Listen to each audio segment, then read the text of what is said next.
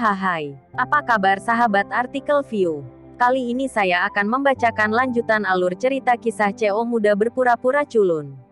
Tapi, sebelum mendengarkan kisah ceritanya, silahkan cari posisi yang nyaman dan jauhi keramaian. Dan jangan lupa pasang headsetnya. Dan inilah alur cerita kisah CO muda yang berpura-pura culun. Episode 351. Kisah CEO muda yang berpura-pura culun. Kata-kata Ariel membuat ekspresi Kaori tiba-tiba panik. Jelas siapa penerima manfaat terbesar setelah kematian nenek. Karena hanya ketika nenek meninggal, Andika dapat mengambil posisi ketua. Dengan kata lain, masalah ini dilakukan oleh Andika. Bagaimana ini mungkin? Bagaimana bisa Andika melakukan hal yang memberontak seperti itu? Kaori tidak akan pernah percaya jika dia mengetahuinya dari mulut orang lain. Tapi Ariel tidak bisa berbohong dan berbohong padanya. Dan tidak ada alasan untuk berbohong padanya. Andika yang meracuni nenek, Kaori berkata dengan kaget. Sayang sekali saya belum menemukan bukti substansial.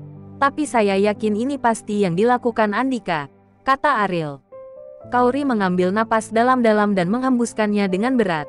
Dan berkata, jika ada reinkarnasi di dunia ini, dia pasti akan menyesalinya. Cucu yang dia banggakan benar-benar meracuninya. Apakah kamu berharap akan ada reinkarnasi? Ariel bertanya sambil tersenyum. Kaori memikirkannya, mengangguk dan berkata, semoga, saya harap dia menyesalinya. Saya harap dia tahu betapa bodohnya keputusannya. Mendengar ini, Ariel tertawa lebih bahagia. Orang normal harus bersikap, lagi pula. Kapan wanita tua itu masih hidup, dia memperlakukan Kaori dengan sangat buruk. Masalah ini tidak akan berubah karena kematiannya. Jika Kaori berperilaku terlalu banyak, itu akan membuat Ariel merasa tidak normal. Kalau begitu dia pasti sangat menyesal sekarang. Mungkin dia masih mengeluh, kata Ariel. Selanjutnya, Kaori menjadi ragu-ragu untuk berbicara. Ariel tahu bahwa dia memiliki pertanyaan di dalam hatinya. Tetapi Ariel tidak bisa memberikan jawaban untuk pertanyaan ini sekarang. Tidurlah. Apapun yang terjadi, aku akan melindungimu, kata Ariel. Kaori mengangguk tanpa suara. Keesokan paginya, setelah keduanya berlari pagi, Kaori tidak meminta Ariel untuk mengantarnya bekerja. Karena dia tahu bahwa Ariel pasti memiliki banyak hal untuk ditangani sekarang. Seperti pergi bekerja. Mengapa kamu perlu menyusahkan Ariel? Kaori melaju keluar dari area villa sendirian, dan dihadang oleh mobil yang melintas di gerbang area villa. Ketika orang-orang di dalam mobil turun, wajah Kaori penuh amarah. Bukankah orang ini takut menabraknya? Andika, apakah kamu ingin mati? Kaori turun dari mobil dan menatap Andika dengan dingin. Andika tampak seperti orang bodoh, menyalakan sebatang rokok, dan berkata, Kairi, aku akan menunggumu. Apa yang harus aku lakukan? Aku tidak punya apa-apa untuk dikatakan kepadamu. Kaori berkata dengan jijik. Dia sekarang bagian dari keluarga Wijaya dan hubungan telah sepenuhnya dihapus. Dan tadi malam, Kaori mengetahui melalui Ariel bahwa Andika yang membunuh neneknya. Kaori bahkan tidak ingin mengatakan sepatah kata pun kepada Andika. Kamu tidak punya apa-apa untuk dikatakan kepadaku. Tapi aku punya banyak hal untuk dibagikan denganmu. Bagaimanapun, kamu adalah sepupuku. Jika itu menjadi sulit di masa depan, aku bisa menerimamu, kata Andika sambil tersenyum. Apa yang terjadi di Bandung? Andika sudah tahu betul, tekanan yang disebabkan oleh kemunculan tiba-tiba grup Wibowo di LKK Technoscience dapat dibayangkan. Dan Andika tahu identitas sebenarnya dari Ariel. Jadi tujuan penampilannya sangat sederhana. Kaori lebih angkuh di depan dari dia. Bagaimana saya bisa membutuhkanmu untuk menerima saya? Kaori berkata dengan ringan. Hei, Andika menghela nafas dengan sungguh-sungguh dan berkata, Kaori, kamu masih tidak tahu apa yang terjadi di Bandung. Ariel akan segera selesai. Apakah kamu pikir dia dapat membantumu membuka jalan? Mendengar ini, Kaori mengerutkan kening. Situasi saat ini di Bandung sangat sederhana. Grup Wibowo menargetkan LKK Technoscience. Tetapi di mata orang luar, masalah ini tidak ada hubungannya dengan Ariel kecuali mereka tahu tentang identitas Ariel. Mungkinkah itu? Apakah Andika sudah tahu siapa Ariel? Aku tidak mengerti apa yang kamu katakan, kata Kaori. Itu normal jika kamu tidak mengerti. Lagi pula, kamu tidak tahu siapa Ariel. Jika kamu penasaran, kamu bisa bertanya padaku. Aku bisa memberitahumu, kata Andika dengan bangga. Dia dulunya adalah seorang sedikit takut pada Ariel. Bahkan jika dia adalah putra keluarga yang ditinggalkan dan memiliki sejumlah energi. Tetapi sekarang, grup Wibowo telah kewalahan oleh sifat Ariel berpikir bahwa Andika tidak perlu takut, dia hanya perlu menikmati keuntungan seorang dan menonton Ariel selesai di Bandung. Apakah kamu tahu siapa dia? Kaori bertanya dengan curiga. Bahkan dia baru tahu tadi malam. Bagaimana Andika bisa tahu berita ini? Silahkan, Andika berkata sambil tersenyum. Kaori mendengus dingin dan berkata, dia sudah memberitahuku tadi malam. Apakah aku perlu memohon padamu? Andika terkejut. Apakah Ariel benar-benar mengungkapkan identitasnya? Bagaimana dia bisa tiba-tiba membuat keputusan seperti itu?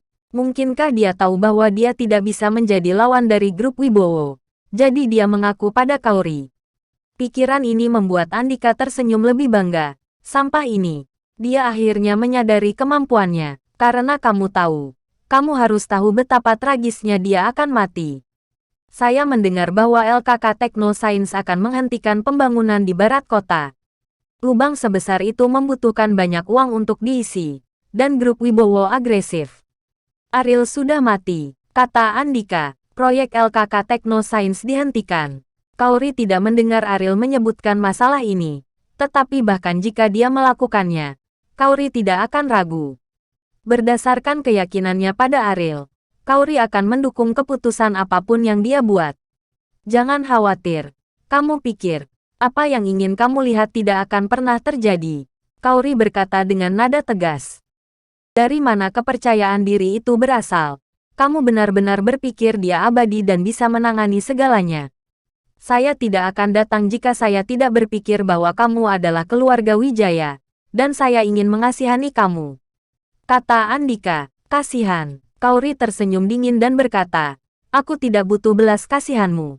Tolong pindahkan mobilnya. Bagaimana jika aku tidak bergerak?